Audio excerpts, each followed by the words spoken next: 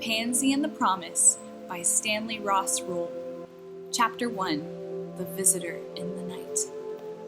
Far up in the mountains of New Mexico, nestled near the area where flat range rises to the high Captain Peaks, there was a log ranch house where a little girl named Pansy lived with her mother and father. This was a prairie country where the land stretched further than the eye can see, and the nearest neighbor was miles down the road. This was more than 100 years ago.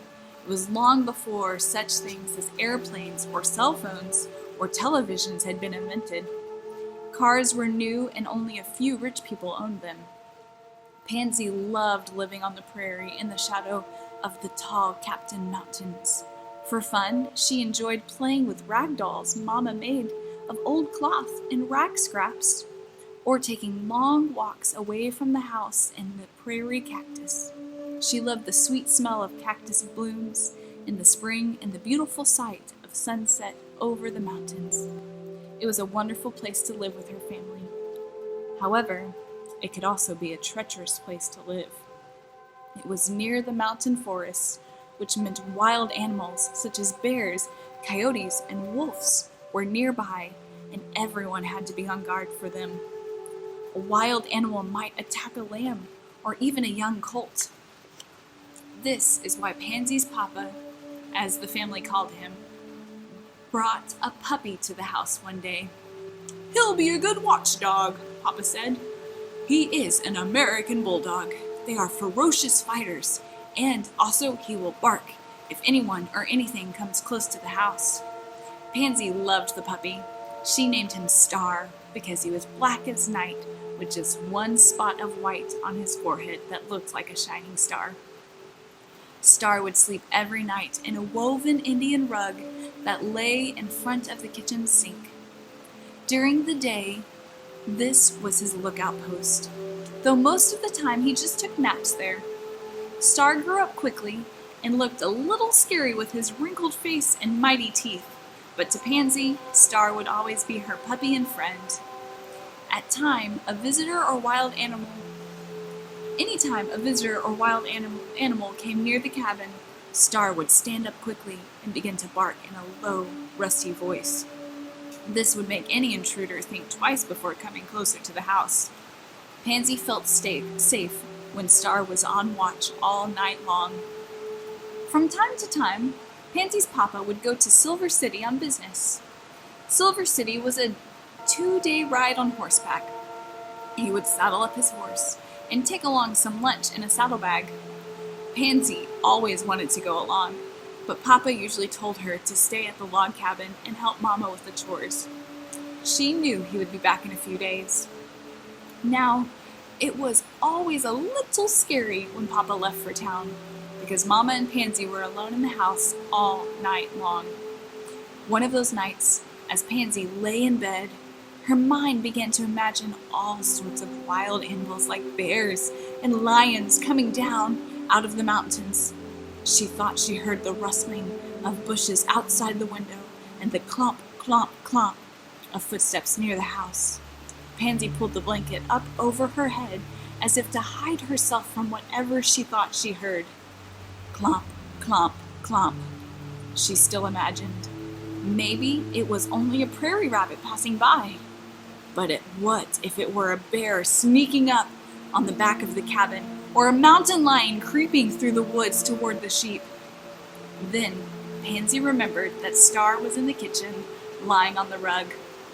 She knew his keen sense of hearing would alert him to the slightest intruder outside the cabin, and he would begin to bark.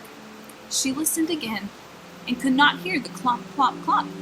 She only heard the gentle night wind over the prairie and the sound of Star sleeping on the Indian rug in the kitchen. Pansy took a deep breath, removed the blanket from over her head, then drifted off to sleep. Hours passed when suddenly the quiet of the night was shattered with the sound of bark, bark. Star sounded like a shot from a rifle. Bark, bark! He woke up Mama and Pansy with a start. By the time Pansy got out of bed and put on her housecoat and slippers, Mama was already standing near the front door with a shotgun by her side. Bark, bark, growl. Star pointed toward the front door. What is it? Pansy asked Mama.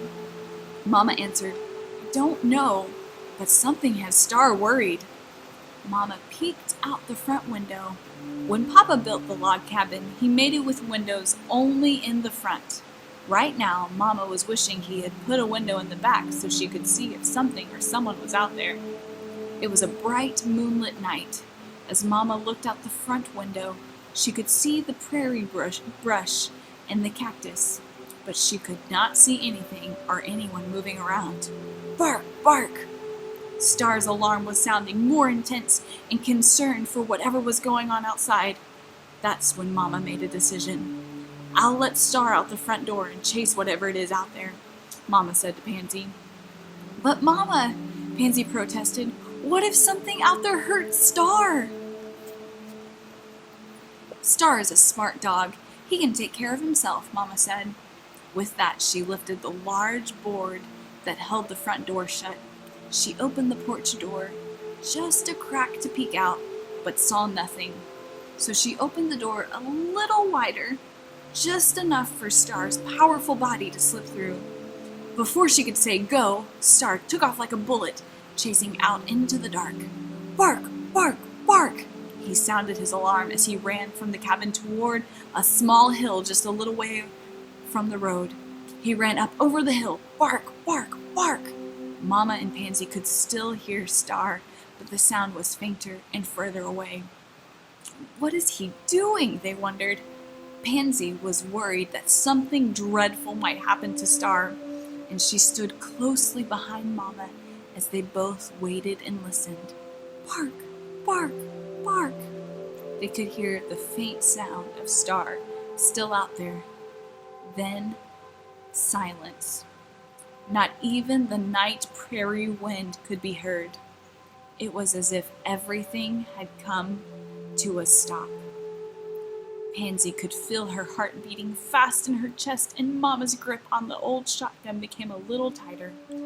They waited by the front door for what seemed like a long, long time, when all at once they could hear the pounding of rapidly running feet swiftly coming toward the cabin.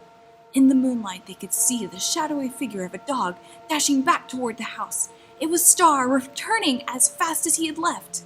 When he came through the door, it was with so much force that it knocked Mama back on her heels, and the shotgun came out of her hand. Quickly, Mama shut the door and barred it. Pansy threw her arms around Star's neck. What was it, boy? She asked, as though the dog was going to sit back and explain what was out there in the night. Whatever happened, it was clear to both Mama and Pansy that the danger was over. Then Star sipped some water from his bowl and curled up on the Indian rug in front of the kitchen sink and fell quickly asleep. The next morning, bright and early, Pansy awoke again to see Star's yelp. This time, though it was not a warning bark they had heard in the night, but the sound Star made to announce the neighbor was coming up the road toward the cabin. Pansy scrambled from her bed just in time to hear Mama greeting the neighbor, Mr. McHugh, from down the road. He was riding up on the trail that led to the house from the main road.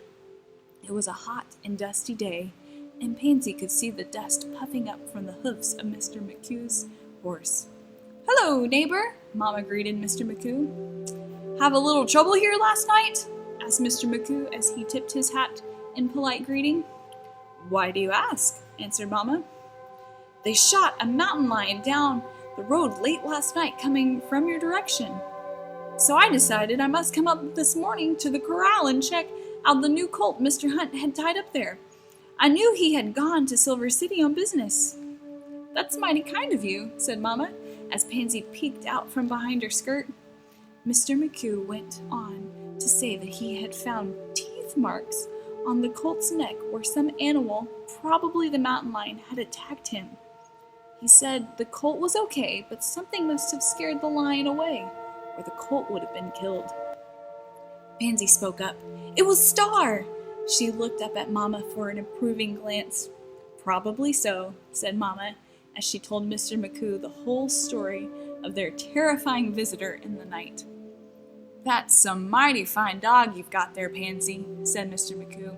"He must have fought off that mountain lion and scared him away from the colt in the corral." Pansy knelt beside Star and put her arm around his neck. "I think he's a hero," said Pansy. "We should do something special for him. Don't you think, Mama?"